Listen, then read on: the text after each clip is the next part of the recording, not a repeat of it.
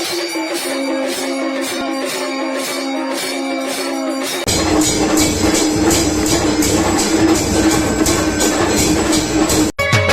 मैया शेरों वाली है, तेरे भक्तों की रखवाली।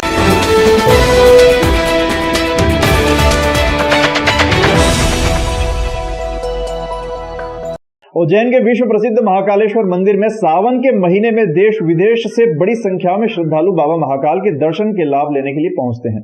इसी दौरान वो दर्शन कर प्रांगण में बने मंदिरों में भी दर्शन करने जा रहे हैं।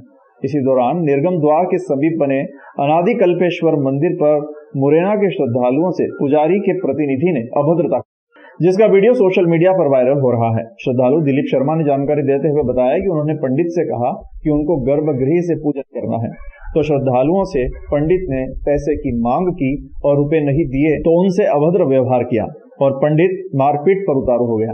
वहीं महाकाल मंदिर में लगे पुलिस जवानों ने बीच बचाव कर श्रद्धालुओं को वहां से दूसरे मंदिरों में दर्शन करने का आग्रह किया। बावजूद इसके पंडित कई देर तक चिल्लाता रहा और मंदिर में अपशब्द का प्रयोग करता रहा। इस पूरे मामले को लेकर मुरैना से आए श्रद्धालु दिलीप शर्मा ने नाराजगी व्यक्त की है और कहा है कि ऐसे अभद्र व्यवहार फैलाने वाले पंडित को महाकाल मंदिर में प्रवेश नहीं देना चाहिए। महाकाल मंदिर के प्रांगण में बने अनादि कल्पेश्वर मंदिर का भी पुराना इतिहास रहा है।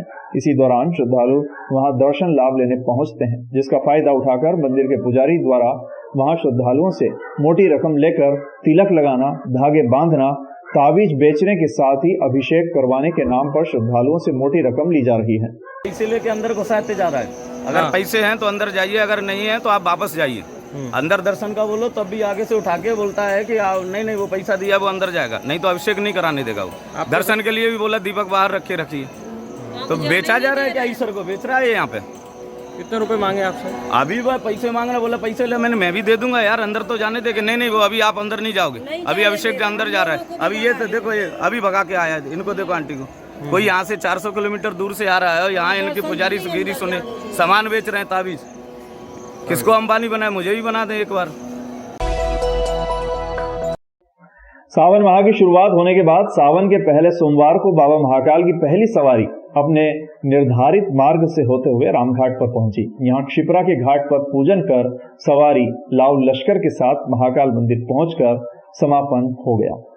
लेकिन पूरे सवारी मार्ग पर प्रशासन और पुलिस प्रशासन की लापरवाही से भक्तजन परेशान होते रहे। प्रशासन ने सवारी मार्ग के कुछ हिस्सों पर करीब 40 से 50 फीट की दूरी पर बैरिकेड्स लगा रखे थे। साथ ही पूरे सवारी मार्ग पर 7-7 फीट के बैरिकेड्स लगे होने से शहरवासी सहित बाहर से आए भक्तों को बाबा के दर्शन तो क्या पालकी नहीं हो सके। इसके अलावा पालकी के घेरे में पुलिस की टुकड़ी के अलावा जो अन्य लोग थे और उन्होंने लोगों ने रस्सा पकड़ रखा था, वो अपने लोगों को अंदर ले रहे थे। साथ ही सवारी मार्ग पर गिराऊ मकान के पास भी लोग खड़े थे। कोई मंदिर की पाल पर तो कोई ऊंची दीवार पर खड़ा हुआ था। अगर एक व्यक्ति भी गलती से गिर जाता तो उसके साथ 8 से 10 व्यक्ति गिरकर घायल हो सकते थे या कोई जनहानि घटित हो सकती थी। लेकिन प्रशासन और पुलिस ने इस ओर ध्यान नहीं दिया और सिर्फ अपनी वाहवाही लूटने में लगी रही कि हमने सवारी व्यवस्थित रूप से निकाल दी है। इससे प्रशासन को कोई मतलब नहीं। लोगों ने बाबा महाकाल की पालकी के दर्शन किए या नहीं।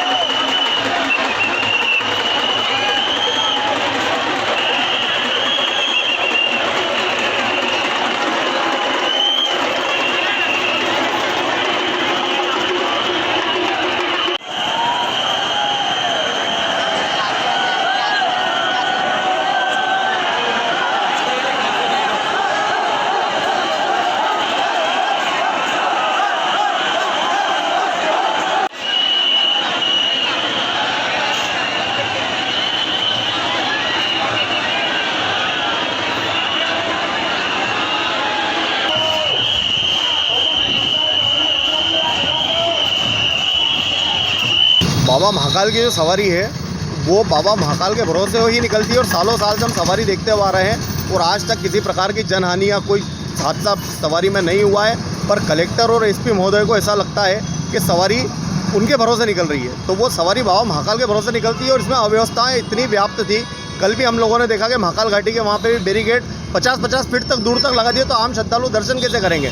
इंदौर से आने वाली पब्लिक वो भी महाकाल घाटी के वहाँ पे खड़ी होकर सवारी देखती है और पब्लिक अपने आप उनको दर्शन ही नहीं हो पा रहे थे, इतनी दूर इतने बैरिकेड लगा दिए थे।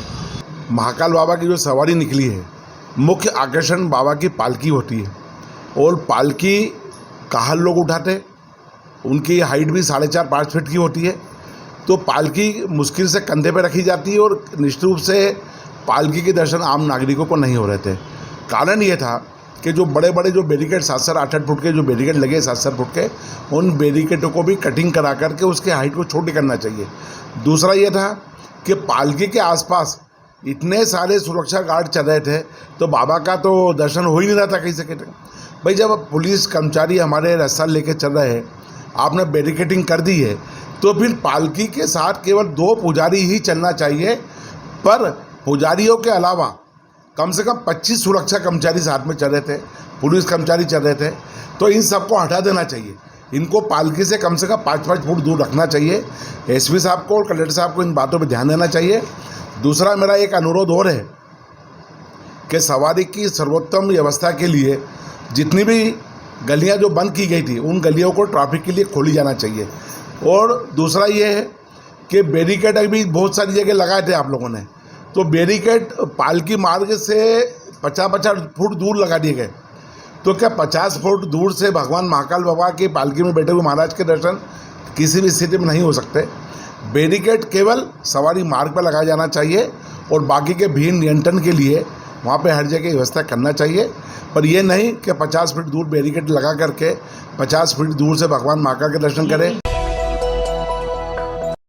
उज्जैन वासियों को आज से एक बड़ी सौगात मिली है। अब वे आधार कार्ड से निशुल्क बाबा महाकाल के दर्शन कर सकेंगे। मंगलवार को महापौर ने इस सुविधा का शुभारंभ किया। शहरवासी लंबे समय से जिस खुशखबरी का इंतजार कर रहे थे वो उन्हें मिल ही गई। आज से शहरवासी आधार कार्ड दिखाकर महाकाल में निशुल्क दर्शन कर सकेंगे। इसके लिए गेट नंबर 1 तय किया गया है, जिसे अवंतिका द्वार के नाम से जाना जाएगा। ये सुविधा उन्हें महापौर की पहल पर मिली है। आज सुबह महापौर मुकेश टेटवाल ने विधिवत पूजन अर्चन कर अवंतिका द्वार का शुभारंभ किया। इस दौरान जनप्रतिनिधि और पंडित पुजारी भी मौजूद थे। पहले ही दिन इस सुविधा का लाभ लेने बड़ी संख्या में शहरवासी पहुंचे, जिन्हें आधार कार्ड देखने के बाद मंदिर में प्रवेश दिया गया। महाकाल मंदिर प्रशासक संदीप सोनी स्वयं गेट पर खड़े होकर आधार कार्ड चेक कर रहे थे। ज्ञात हो कि महाकाल लोक बनने के बाद से बाबा महाकाल के दर्शन करने और महाकाल लोक देखने के लिए बड़ी संख्या में श्रद्धालु उज्जैन पहुंच रहे हैं। भीड़भाड़ होने के कारण उज्जैनवासी सुगमता से दर्शन नहीं कर पा रहे थे। शहरवासियों की समस्याओं को देखते हुए महापौर मुकेश टेटवाल ने शहरवासी सुगमता से दर्शन कर सके, इसके लिए ये सुविधा अवंतिका द्वार से प्रदान की है। बाबा महाकालेश्वर की असीम कृपा से, उनके आशीर्वाद से और उन्हीं की प्रेरणा से आज हमारे उज्जैन वासियों के लिए एक अवंतिका नाम से हमने द्वार प्रारंभ किया है।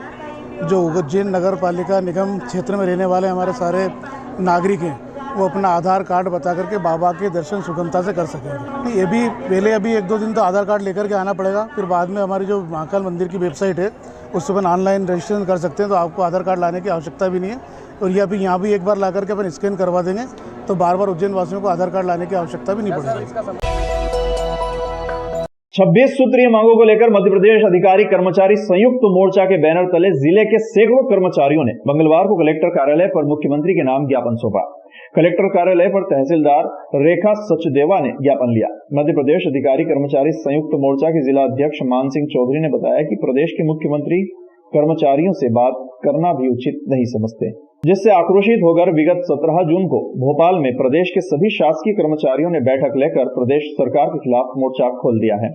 चरणबद्ध आंदोलन के तहत मंगलवार को प्रथम चरण में देश के सभी जिला कार्यालयों पर 26 सूत्रीय मांगों को लेकर ज्ञापन दिया गया।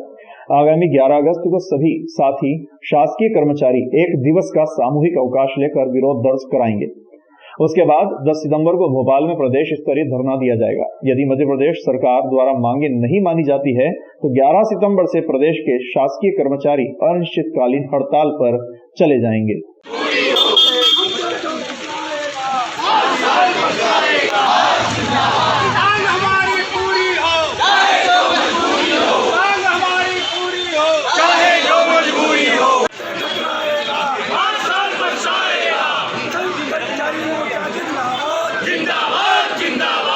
विगत 17 जून को मध्य प्रदेश के सभी मान्यता और गैर मान्यता प्राप्त संगठन के पदाधिकारियों की भोपाल में बैठक हुई।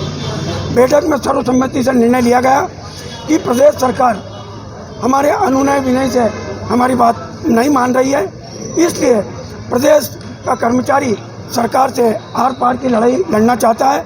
उस आंदोलन के प्रथम चरण में आज पूरे मध्य प्रदेश में माननीय जिलाधीश महोदय के माध्यम से माननीय मुख्यमंत्री महोदय, माननीय मुख्य सचिव महोदय को हमारी 26 सूत्रीय मांगों का ज्ञापन दिया गया। अगले चरण में 11 अगस्त को संपूर्ण मध्य प्रदेश में 1 दिवस का सामूहिक अवकाश और पूरे मध्य प्रदेश में तालाबंदी की जाएगी।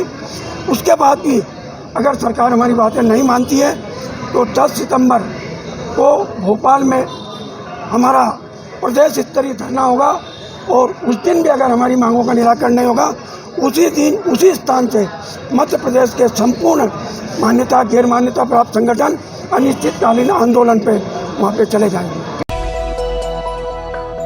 मध्य प्रदेश के सीधी जिले में आदिवासी युवक पर जातिगत रूप से प्रताड़ना एवं लज्जित करने पर संबंधित आरोपी पर वैधानिक कार्यवाही के संबंध में ज्ञापन दिया गया।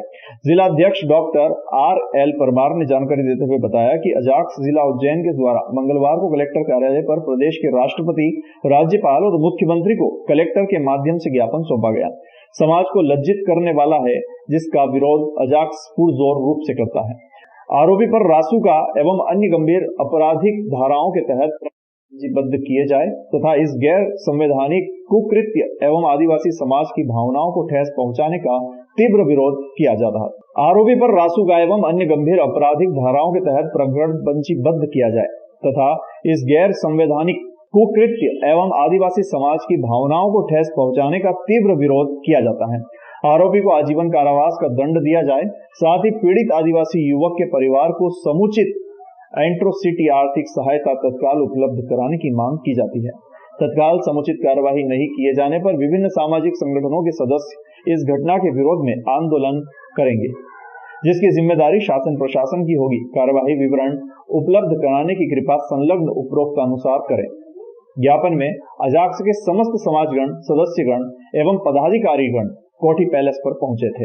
निश्चित है कि प्रवेश शुक्ला द्वारा जो कृत्य किया गया है वो जघन्य अपराध की श्रेणी में आता है और जघन्य अपराध की श्रेणी में उसे कठोर दंड दिया जाना चाहिए और कठोर दंड इस तरह से हो कि आने वाली कोई घटना हो ना हो। इस तरह से जातिगत जो दुर्भावना इस देश में बढ़ रही है, उस तरह से इस देश अलगाववाद की तरफ बढ़ रहा है। राष्ट्रपति महोदय, राज्यपाल महोदय और माननीय मुख्यमंत्री महोदय से हम ये निवेदन करते हैं कि किसी व्यक्ति का अपराध जो है पैर को धोने से क्षम्य नहीं होता है। उस अपराध की जो कार्रवाई अन्य लोगों के साथ की गई है वो कार्रवाई उस व्यक्ति के साथ की जानी चाहिए ताकि देश का संविधान सुरक्षित रहे और देश सुरक्षित।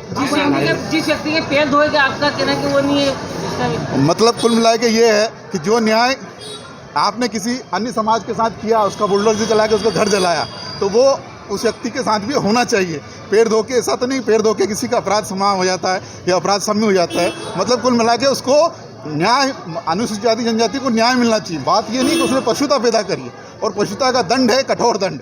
जिस तरह से आपने राजदंड को स्थापित किया, उस राजदंड का पालन करना सीखे और राजदंड का अगर पालन करना नहीं सीखे तो भारत को अखंडित करने का मतलब खंड खंड करने का दुर्भाग्य भी आप पर मढ़ा जाएगा।